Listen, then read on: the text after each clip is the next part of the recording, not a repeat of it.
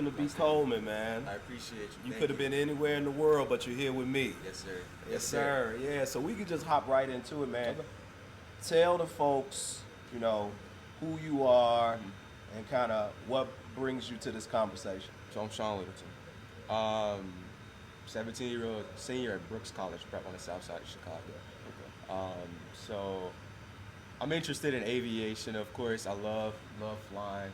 Where my love truly lies. You're a little past interested, though, right? I'm interested. Yeah, I'm way. You're ensconced. Yeah, I'm in there. Yeah. One thing I love is technology Okay. and machines in general. Like I love cars, love planes.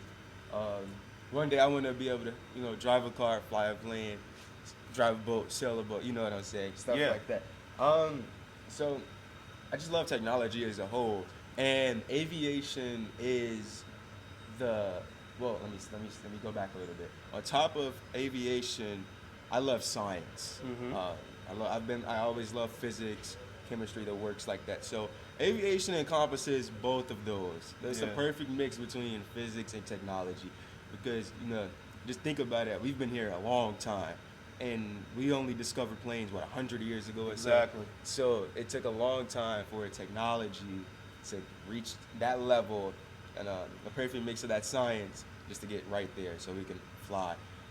Before planes, we obviously we barely had cars. I think planes came out almost before cars. Yeah. But we had the horse and buggy, so it would take the longest. People couldn't travel across the world, but now we can do it in 15 hours.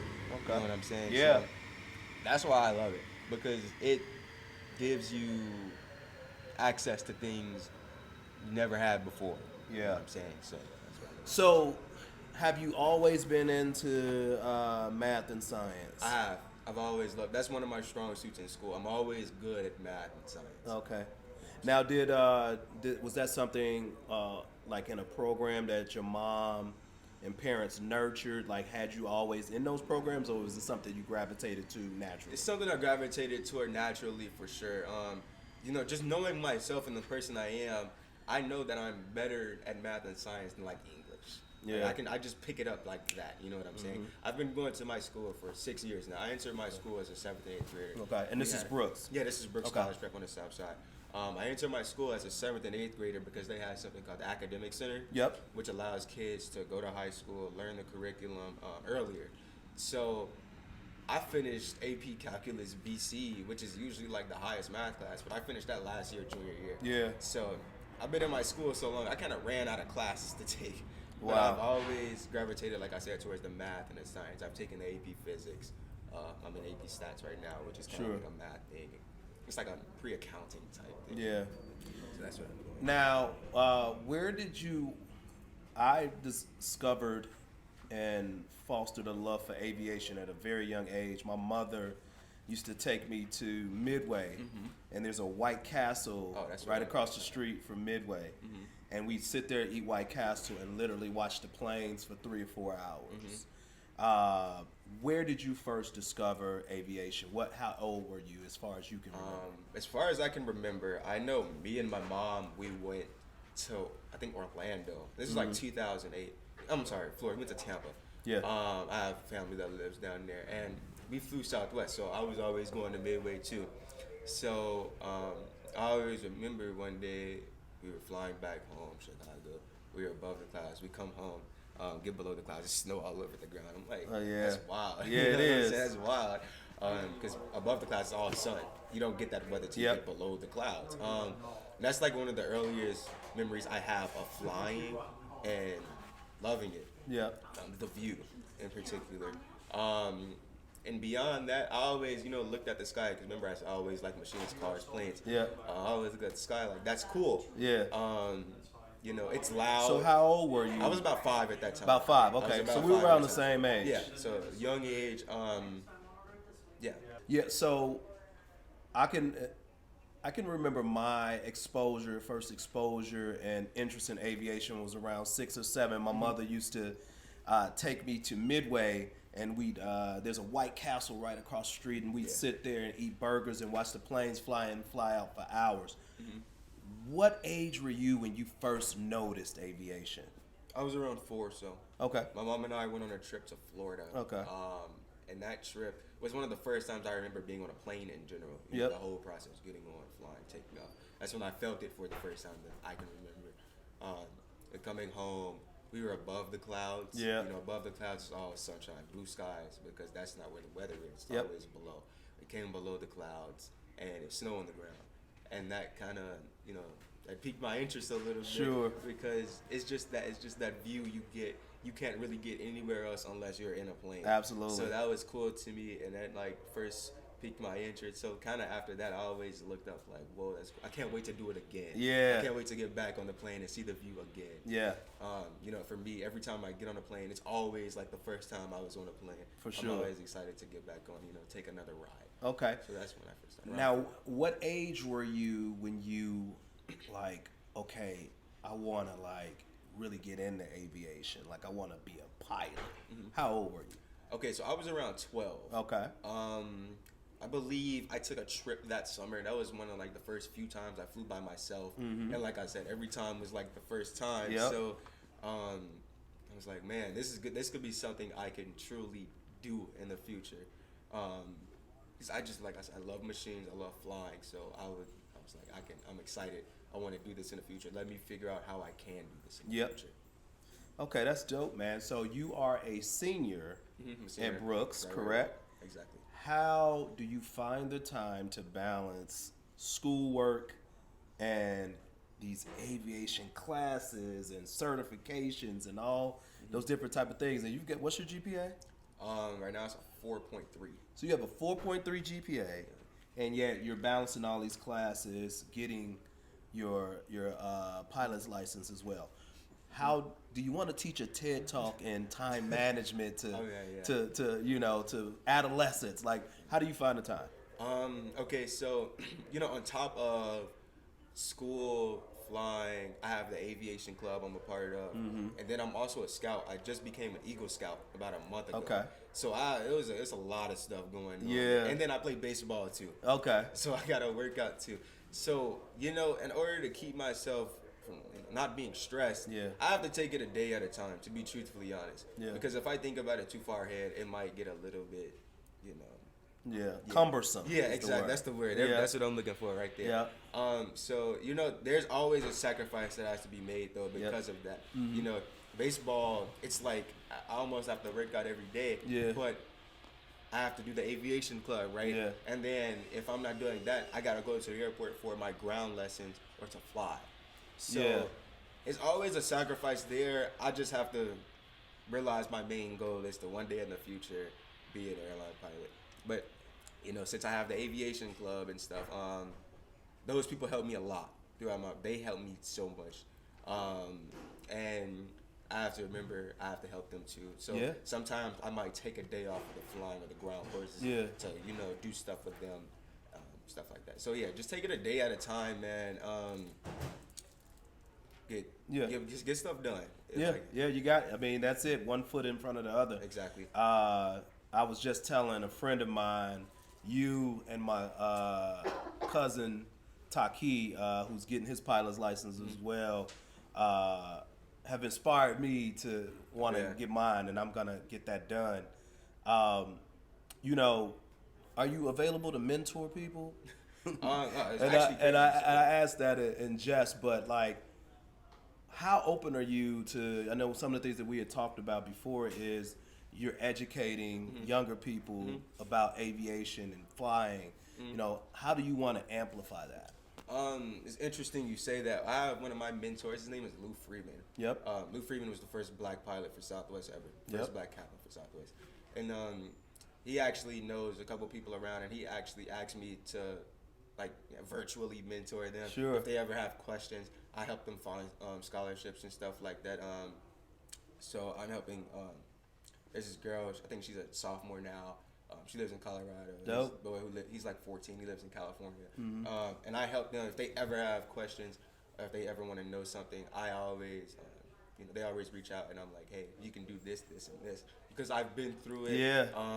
And I can always help them figure out more opportunities, because there are a lot of them out there. You just got to know how to find them in the first place. So that's what I've been doing. But I definitely in the future want to like you say, amplify Yeah.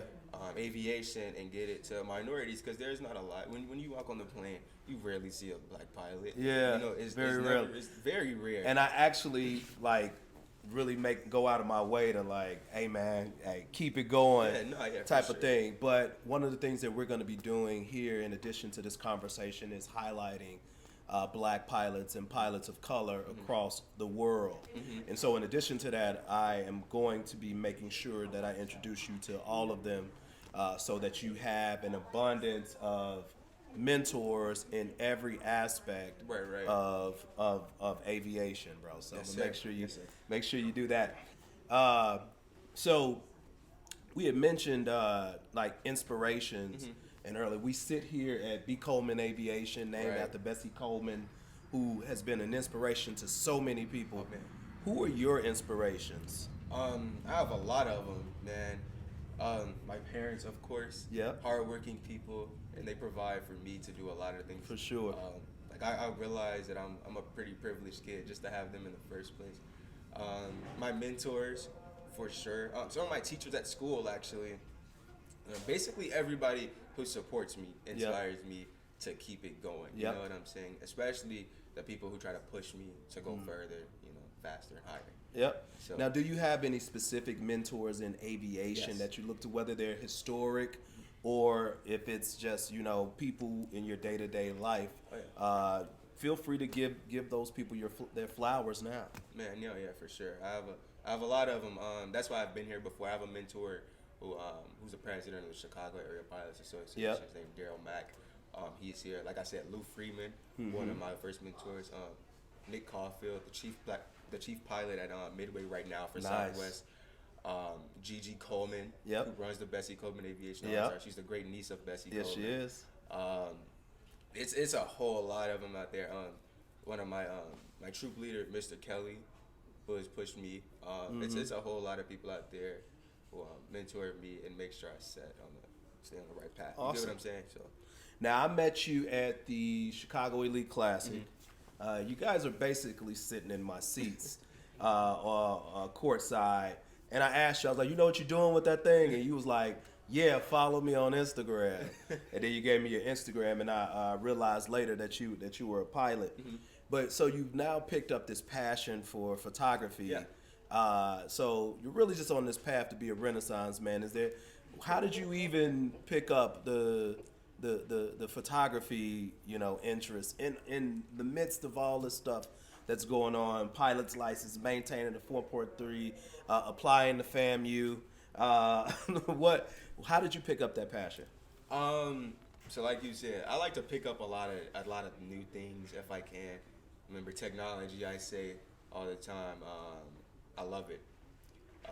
I like coding on the computer, trying to build a website, things like that. So I had a camera. I didn't use my camera that much, but I wanted to get back into it because being on social media, sometimes you can see a lot of nice, high quality pictures. I just like the industry itself, photography, videography. It's cool. So I did a bunch of research on cameras, newer cameras, because I was working at the time. I was working at Raising Cane's, actually, Yep. to Okay. save up some money for flying before Yep. I got my scholarship.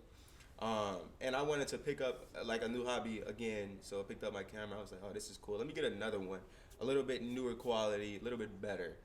Did some research, found out Sony is one of the new leading companies in that. So I went and did my research. I went and picked up a Sony camera, and I saw that the quality is pretty good. I was like, I can do something with this. One of my brothers actually came in town earlier this year, and I used my camera. He knew somebody that needed a photo shoot. Yep. And that was like the first time I really used my camera to take pictures of other people for money. Yep. And I was like, this is I can do this. I can do this. I can monetize this. Exactly. I can monetize. I can keep this going. Yeah. Capitalize off it. So I put a little bit more investment in, and I bought another lens. Okay. For my camera, a clearer, sharper lens. And I got even better at taking pictures and like editing, because editing is like everything. Yeah, it's everything. You create your own vision there. So I did that and continued to get better. to get better. And then, like I said, you saw me at the Classics. Yeah. I was just taking pictures for the Chicago teams. You know what I'm saying? Whitney Young, Ken Wood, Simeon. Taking pictures for them, and then at the end, I would just give them to the athletes, you know, for free. I wanted to build that portfolio. Absolutely. You know what I'm saying? And when people see, you know, quality, they want quality. Yeah. So that's how I was building the brand up a little bit. Okay. Now you've been here before. You've actually flown into B. Coleman, into Gary Airport before. I have. And you said that you've done, what did you call it? Touch and goes. Touch and Yeah, goes. touch and goes, Explain what a touch and go is. So basically, you land on the runway, but you don't make a complete stop. Okay. Like, you know when you're on a plane and you land, you pull over to the side, go to the terminal. That's a full stop landing. Yep. Touch and go, you just land on the runway, continue rolling, take back off. Yep. You can either leave the airport or stay in the pattern and do another one. You know, you just got to call it off to the tower. You know. Yep. Make sure you can do that. When you're communicating to the tower, are they ever like, "Why do you sound so young?" Nah. Or they usually know you're in the area. Yeah, they'll know I'm in the area. So, like I said, I fly out of Lansing. Yeah. So I'll say Gary Tower, Warrior 98 Victor, like 5 miles south of the field. With information, whatever, and I'm inbound for the option, and the option can give me that option to do touch and go. Okay. And so they'll know I'm on the way. They'll say, "Cool, call back when you're like 2 miles away." And I'll call back. I'll say, "Gary Tower, we're 2 miles away," and then they'll give me instructions. They'll say, "Okay, land on this runway. You're clear for the option." I'll say, "Clear for the option runway." Yep. You know, and I can do my touch and go there. So that's how it works. So they'll know I'm in the area. Would you ever get any other pilot's license, like helicopter or any of that type of stuff? Right now, that's not on my radar. Yeah. Helicopters, Yeah. they're freaky, man. Like, they might look simple, but I've heard they can be harder to fly tough. than air. Yeah. So I mean, you know, one day actually, to be truthfully honest, I probably would. Yeah. I can but see right that now, in it's not on the radar right now. I'm gonna put that in your universe. Yeah, Yeah, cool. absolutely. I can see that happening. You ever thought about being a astronaut? I have. Now that's really interesting. You know, that was a thing. Say like 50. It's crazy. I think about it. We landed on the moon about 52 years ago. Yeah.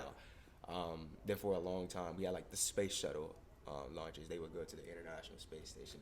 But now we're going even further. We're trying to go to Mars now. Sure. And that's like been very recent. You know, like Elon Musk, Yep. Jeff Bezos. They got SpaceX and stuff like that. Getting contracts with NASA. Yeah. So I've been actually thinking about that path. One of my friends, he goes to Middle Tennessee State, and he got an internship with what is it?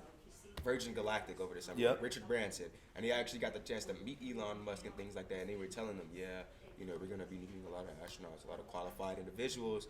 So it's on the radar. To be truthful, Yeah. if the opportunity comes up to you know, work for a company like that, or you know, build my own someday if I could, to go to space. That would I'll be have to tell you my nice, Elon man. Musk story. Man. And so I actually met Elon Musk at All-Star Weekend. He was plastered.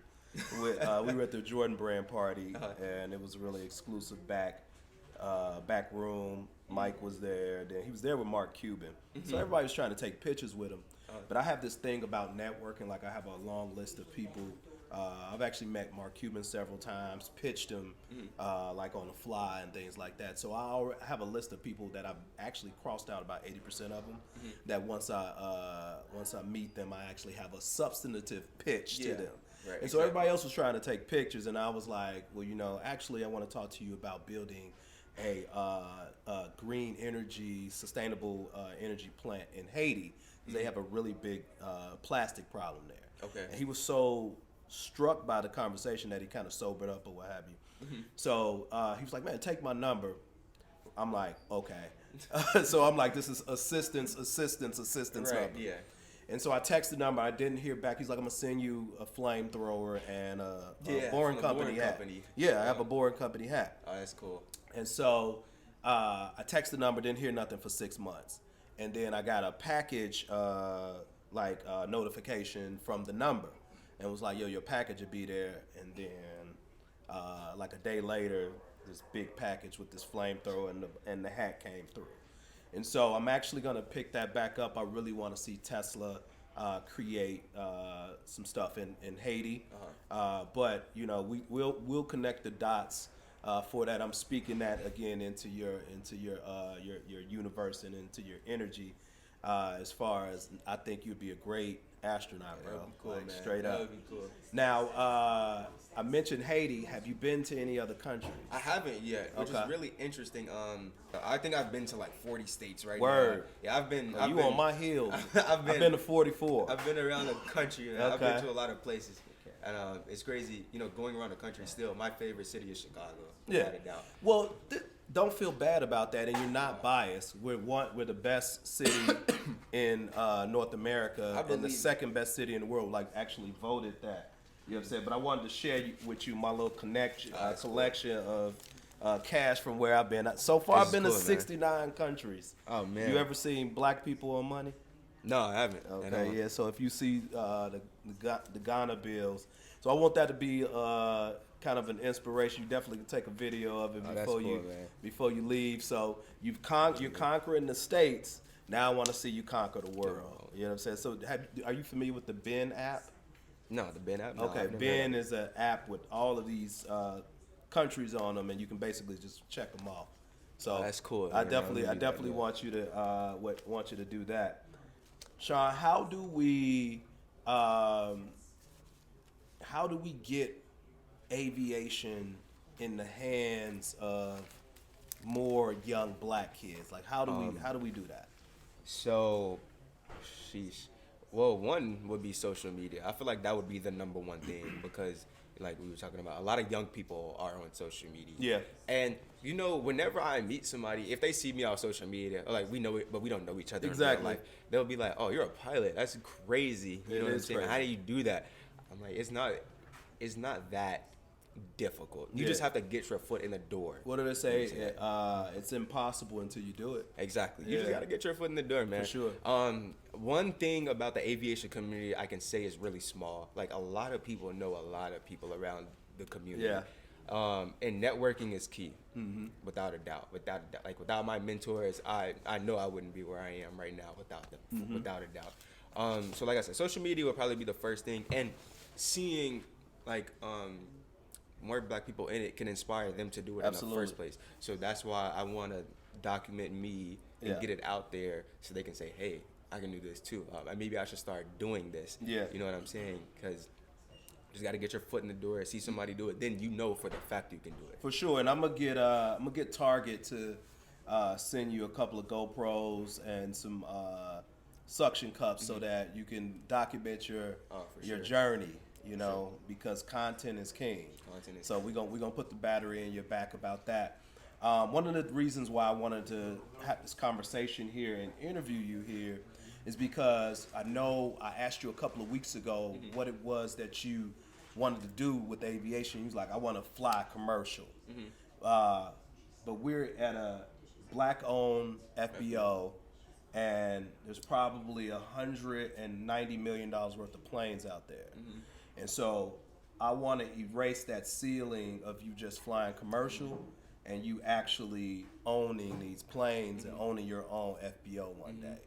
You know what I'm saying? So I think that that's very possible for you. So I wanted you to touch and feel that $40-50 million plane out there, sit in that jet and really manifest you potentially in the next 15 to 20 years actually owning this type of space. And so I wanted to share that experience with you and expose you to that so that you could see it, touch it, and feel it. So, Exactly. and how do you receive all of that information? Oh man, I love it because, you know, I don't really think about it that much until I get here, to be honest, sometimes. Because, you know, when you go to the airport, you just see that. You don't see this side. Yeah, for sure. And this is a whole nother thing. And the money and stuff is definitely there. Yeah. Like you were just saying, it's $190 $190 million worth of plane in there. Yeah. And, you know, that's a whole nother side of aviation that people don't really know about, is just the business side in general. You know, just because somebody wants to go into aviation doesn't mean they have to be a pilot or a flight attendant. Yeah. They could be the CEO of the company Absolutely. who runs that. Yep. Or own, like you said, the FBO itself. Yep. Which is really cool. It's just, like I said, the whole other side that people don't really know is there, but it's definitely there. You know, companies, companies like Exelon, Yep. they have a hangar out in DuPage, that Yep. I visited a couple of times. Yep. FBO, on my own plane, Yeah. rent out planes to other people to fly. Yep. You know what I'm saying? So that's definitely there. Yeah, absolutely. And so, last question: What's up? how do you want to impact the world? What I want to do in the future is just expose as many people as I can to aviation as possible. Boeing forecast they're gonna need like 200,000 plus pilots in Absolutely. the future. You know, when you get on a plane now, a lot of the pilots are kind of old. They're getting ready to retire. Sure. Now, a lot of them did retire just because of COVID. Yep. And that even impacted the numbers more. Yep. So we're gonna need a bunch of pilots, a bunch of mechanics, a bunch of flight attendants, and that's across all areas of aviation. So corporate, airlines, Yep. military, private, all of that. You're Yeah. gonna need a lot of pilots there, and that's what I want my impact to be. I want to expose as many people as I can, especially the minorities. Though, Yeah. we only make up 10% of the field, and then black women only make up 1% of the Yeah. field. So that's what I want to do. Use myself to show other people can do it. Absolutely. So they can get into it. And right now is the perfect time. By the time, the next 4 or 5 years, we will be of age. I'll be of age to get into the industry for sure. Yeah. I'll have my hours. Because there are age requirements that the FAA gives out. And, for to be in the door, we just need to take the opportunity. Okay. So that's definitely how I want to impact. Awesome, man. One thing, last thing that I kind of wanted you to kind of express to you, on behalf of my company, Brand B Sports, and Jordan Brand, and Nike, I wanted to present you with something, a little token to encourage you. Take it, man. A little token of encouragement from us, and open it up, check them out. You remember when I asked you about some sneakers the other day? Yeah, you was like, what's some shoe size, man? Yeah, but I asked you specifically about a particular pair of shoes, and could you get them? Boom. Man. Hey, man. Hey. Man, I appreciate you so much, Yeah, man. man. You the man. Keep doing your thing, You the man. I appreciate you. Know what I'm saying? dog. They have Jordan Brand has a company called a non-for-profit. Keep it open and turn it around. Called Wings.